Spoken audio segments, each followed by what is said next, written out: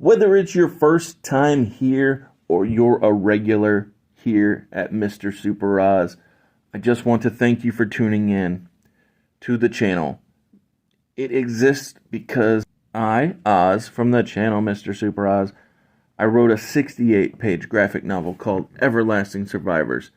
Volume 1 is called All Day Long. If you follow the link in the description of this video, you can get yourself hats, shirts, posters, all kinds of fun things. But most importantly, you can get the story itself.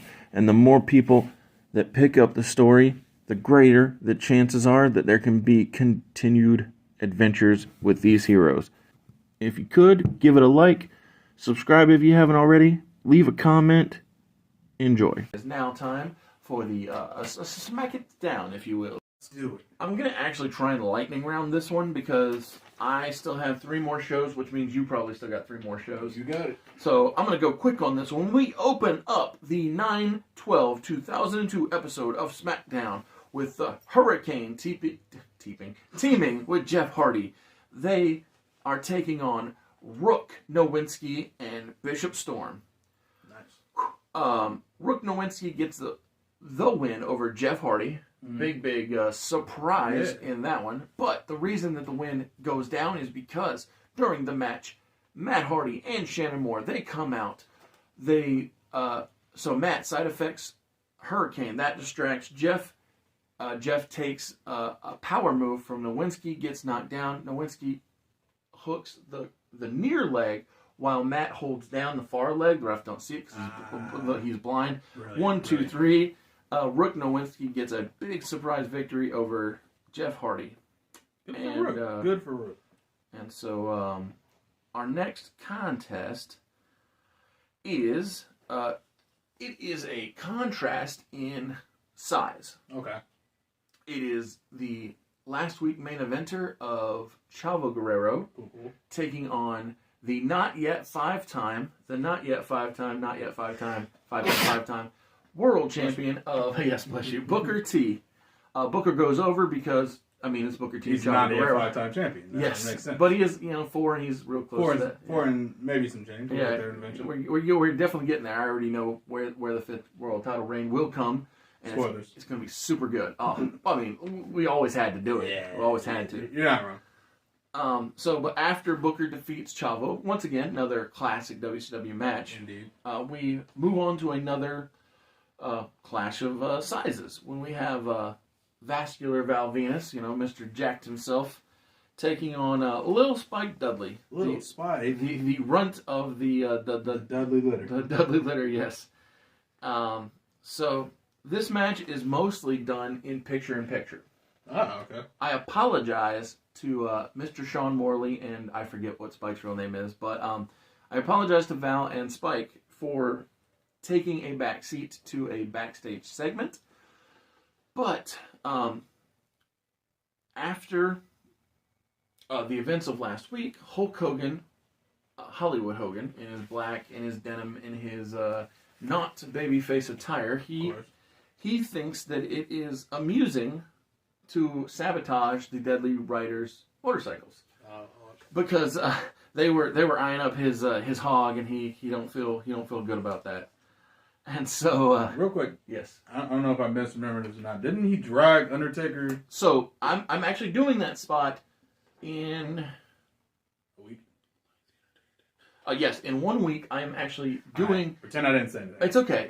It's fine. So what in real life, in real time, Hogan and the Undertaker, in the original timeline, they did a spot in preparation for the Undertaker challenging Hogan for the Undisputed title at Judgment Day. They did a spot with motorcycle gimmicks, but because we don't have Hogan win the title from Triple H, we don't have Undertaker challenge Hogan for the title, which means I have pushed all of that storyline back here, where Undertaker has an apprentice in Big Evil Chuck Palumbo, and that's how I'm making it all make sense. But yes, we are on a similar wavelength to what did occur in 2002. Cool. I just wanted to make sure I didn't have a weird dream where that would happen. So. Right. No, it happened. It just hasn't happened in our world yet. Got it. Perfect. And also different people will be doing different Yeah, things. you know, small changes here and Yes. there, tweaks. But that's why I'm setting the dominoes up to knock them down. All right, so we have sabotaging motorcycles, I believe you left. Correct. So after Val Venus wins his match in picture in picture, we see Hogan ha himself up, walk out of the scene, go to commercial. When we come back from commercial, we have Johnny the Bull Stamboli once again being victorious, this time against Crash Holly. Again, I'm doing that contrast, that size versus speed. Exactly.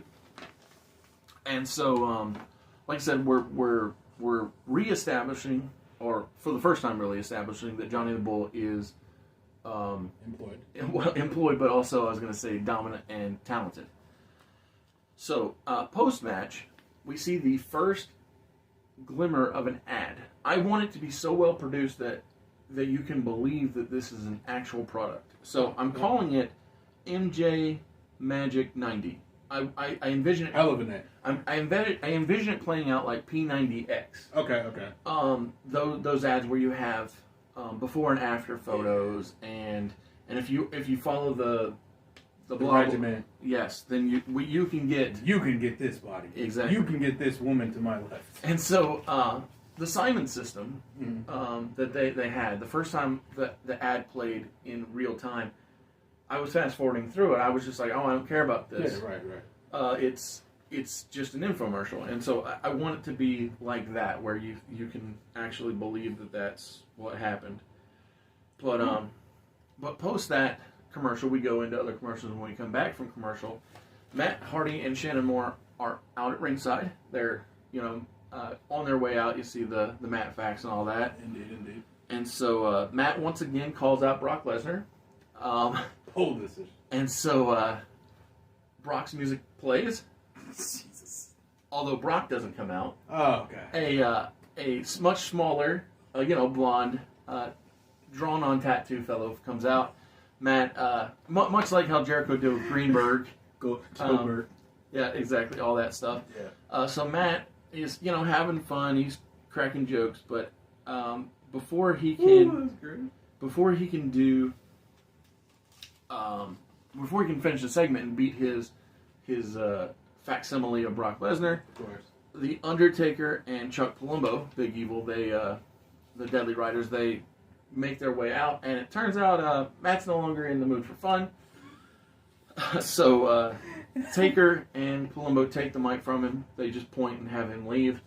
And so he's just like, yep, my pleasure. I'm good. So I remember what happened last time. And so Undertaker says, at Day of Reckoning, I'm taking the undisputed title. There's no question about it. It's been 12 years of nonstop service. It's time for me to get back. But when it comes to people who disrespect what I've done for this business and who I'm helping in this business, it's time for them to give back. And then Taker gives the mic to Chuck Palumbo, and Palumbo says, Hogan, at Day of Reckoning, I'm taking your ass. Whoa. Or whatever. He's something like that. Taking him down, whatever. Yeah. No, I follow the mindset. And so it's just simple, straightforward, to the point.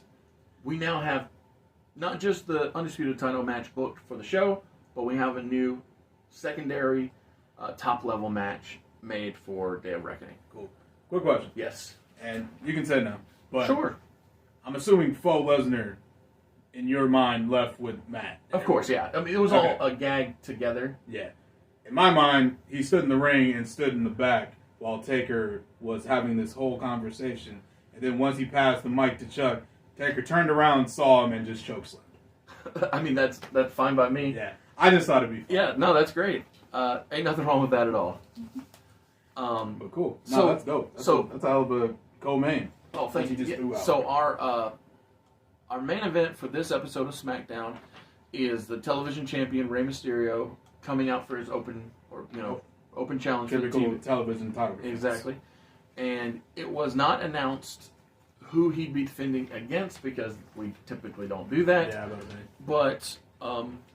upon Rey being in the ring, raising the title, all that stuff, we then hear the music of King William, and we assume that King William is challenging, but then as the entire Regal Counter Threat come out, it is revealed that it is actually Knight Test who is challenging Rey, and I end the night the way I've been doing the entire night, which is having power take on speed, having strength take on the acrobatics, but agility. But in this case, the agile Rey Mysterio overcomes the power of Test and retains his television title. And I do believe, yes, I do believe. I thought that was right. This is the only underdog who overcomes on the night.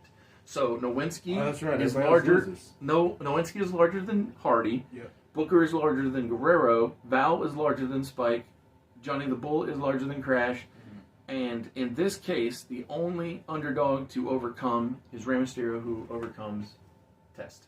And Ultimate underdog. Exactly. And that was actually not done by design. It was done by accident, but I love that it was symmetry.